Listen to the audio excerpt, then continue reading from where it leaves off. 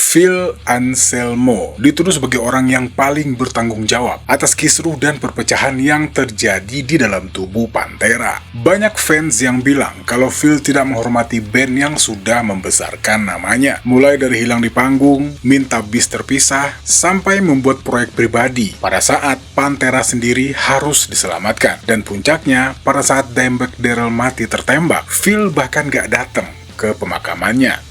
Philip H. Anselmo from the rock band Superjoint Ritual, MTV2. Dan ternyata nggak berhenti sampai di sana. Pada saat reuni Pantera diumumkan, tuduhan baru pun mulai muncul. Banyak yang menilai kalau langkah ini cuman akal-akalan Phil buat menarik keuntungan pribadi. Tapi apa benar semua ini kesalahan Phil Anselmo? Atau mungkin ada cerita lain di balik perseteruan dan tuduhan yang ada di balik nama besar Pantera? Yuk kita cari tahu. You know, we felt betrayed, crushed, and didn't understand why or know why, you know. And the conversation went something to the effect that my day's coming. Pada awalnya, Pantera bukan band metal brutal. Mereka justru tampil sebagai band glam metal dengan rambut mengembang, kostum mencolok, dan musik yang lebih manis. Album-album awal seperti Metal Magic yang keluar di tahun 83 dan Project in the Jungle yang keluar pada tahun 84 nyaris nggak kedengaran nuansa thrash atau groove metalnya. Namun semuanya berubah pada saat Phil Anselmo masuk menggantikan Terry Glass pada tahun 1987. Kehadiran Phil membawa energi yang jauh lebih gelap dan agresif. Lewat album power metal yang dirilis pada tahun 88, perlahan-lahan Phil mulai menarik Vinnie, Dimebag, dan Rex Brown keluar dari zona nyaman glam rock menuju teritori yang lebih berat. Dan puncaknya terjadi pada tahun 90, pada saat album Cowboy From Hell dirilis.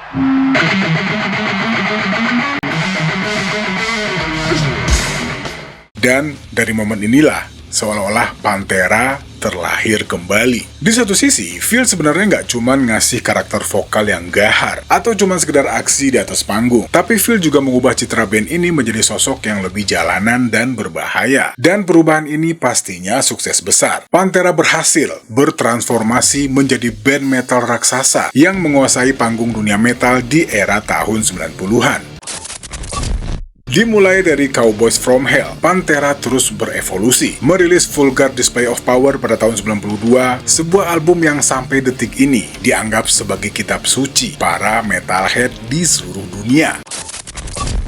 Hingga puncaknya, pada tahun 1994, Pantera merilis album yang berjudul Far Beyond Driven, yang secara mengejutkan berhasil merajai tangga lagu Billboard dan berada di posisi pertama. Dan jujur aja ini boleh dibilang pencapaian yang mustahil ya, buat band metal se-ekstrim Pantera.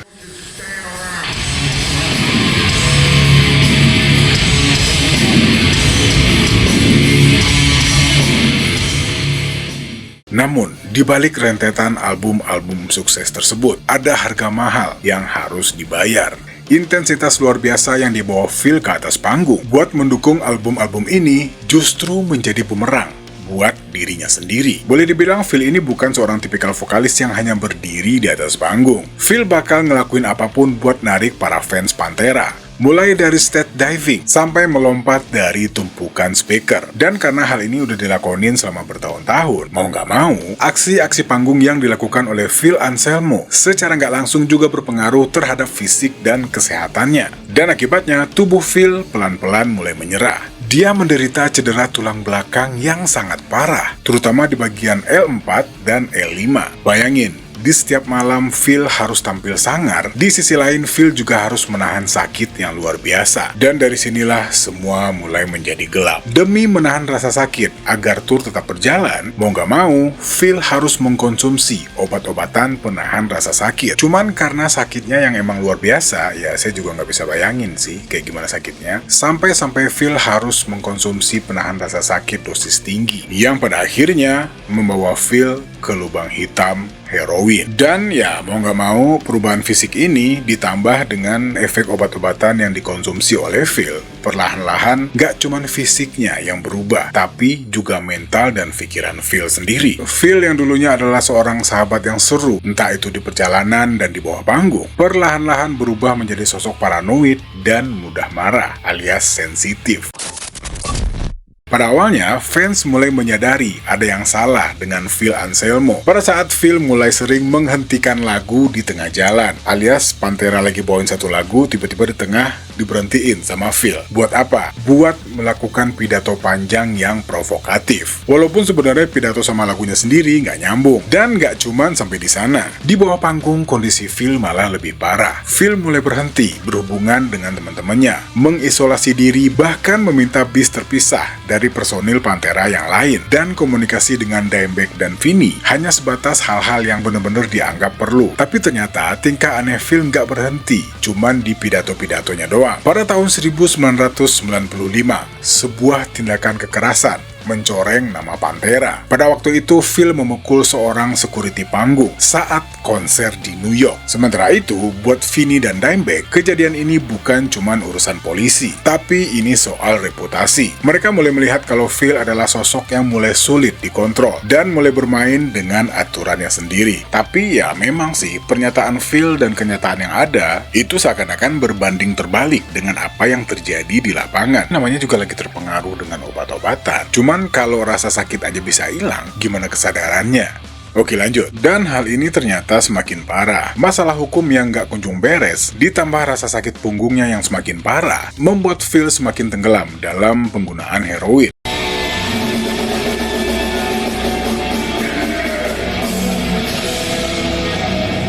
We're down from New Orleans, Louisiana, smoke acid. Phil semakin defensif dan sangat sulit buat diajak bicara. Dan dari sini, persahabatan yang dulunya menjadi fondasi Pantera perlahan-lahan semakin retak. Oh, well, it should have went gold a long time ago. And it's like, man, give me a fucking break, you know what I'm saying? Relax, you know? Just because we so... Dan pada saat mereka memasuki studio untuk merekam The Great Southern Trendkill, hubungan mereka benar-benar sedang di ujung tanduk. Dan akibatnya, Phil Anselmo memutuskan untuk merekam vokal di New Orleans, sementara personil yang lain merekam part mereka di Texas. Dan boleh dibilang, pada waktu itu, walaupun Pantera secara teknis masih ada, tapi nyawa mereka sudah menghilang. Dan apa yang terjadi selanjutnya udah bisa ditebak. Phil makin sibuk dengan dunianya sendiri, sementara para personil Pantera yang lain seakan-akan melihat Phil sebagai sebuah bentuk yang sudah tidak bisa diperbaikin lagi.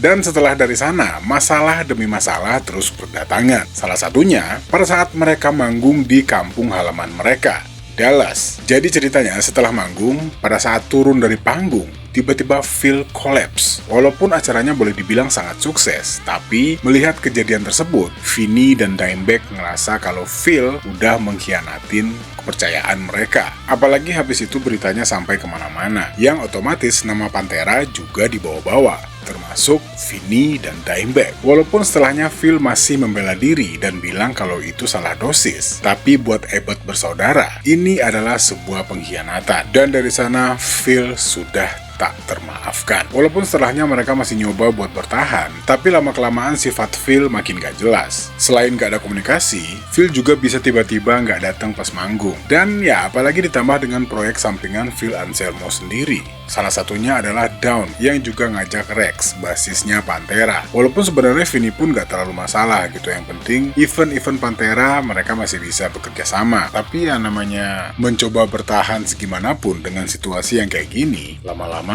pastinya capek juga. Dan intinya, walaupun Panteranya masih ada pada waktu itu, tapi mereka hanyalah sekumpulan para musisi yang cuma terikat dengan kontrak. Walaupun mereka masih sempat merilis Reinventing the Steel pada tahun 2000, tapi ya suasananya udah hambar banget. Mereka cuma ngelakuin kewajiban masing-masing. Dan setelahnya situasi makin parah. Phil bahkan gak bisa dihubungin sama sekali. Gonta-ganti nomor telepon dan seakan-akan menghilang dari muka bumi. Cuman di luar itu, Phil sendiri masih sibuk sama proyek pribadinya. Padahal Vinny sama Dimebag nungguin dia loh. Ya kalau kata orang-orang sekarang di ghosting lah. Dan kebayang gimana keselnya. Apalagi mereka ngelihat Phil malah asik tour sama Superjoint dan Down. Dan akhirnya kesabaran Vinnie Paul pun habis. Setelah selama 2 tahun digantung tanpa kepastian, pada tahun 2003, Vinnie mengumumkan kalau Pantera bubar.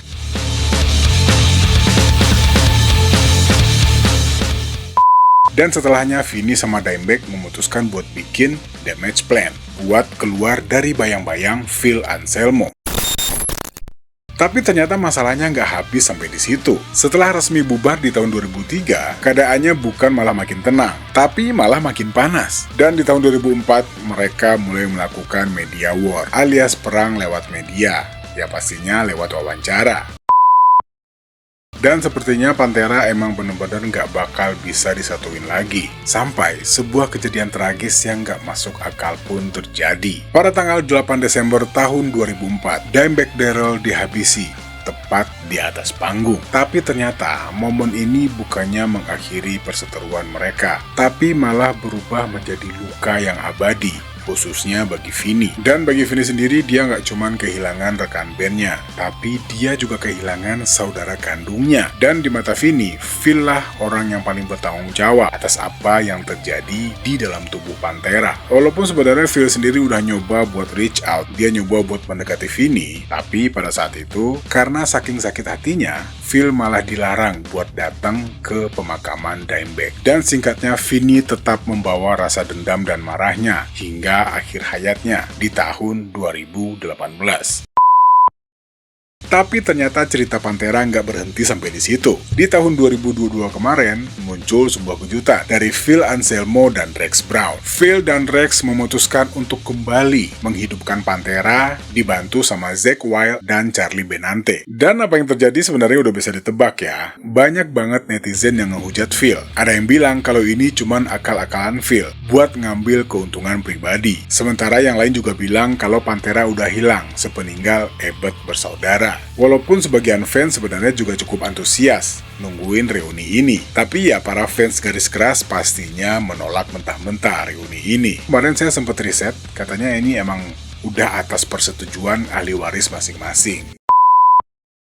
Dan ya menurut teman-teman sendiri gimana? Kalau saya pribadi, di satu sisi ini ada miskomunikasi. Ya kayaknya emang lebih berat di Phil ya. Soalnya waktu itu dia sendiri yang milih buat diem dan mengasingkan diri. Sementara rekan bandnya yang lain nggak tahu apa-apa nih tentang apa yang dirasain sama Phil. Dan walaupun Phil sempat menolak pengobatan dengan alasan karena dia nggak mau jadwal Pantera keganggu, tapi kalau ujung-ujungnya kayak gitu malah makin runyam, bukan malah ngeberesin masalah. Cuman gimana menurut teman-teman sendiri? Apakah Phil emang bertanggung jawab atas bubarnya Pantera? Atau mungkin ada faktor-faktor lain yang nggak saya sebutin di dalam video ini? Ya pastinya sih, ya udahlah ya, bandnya juga udah bubar.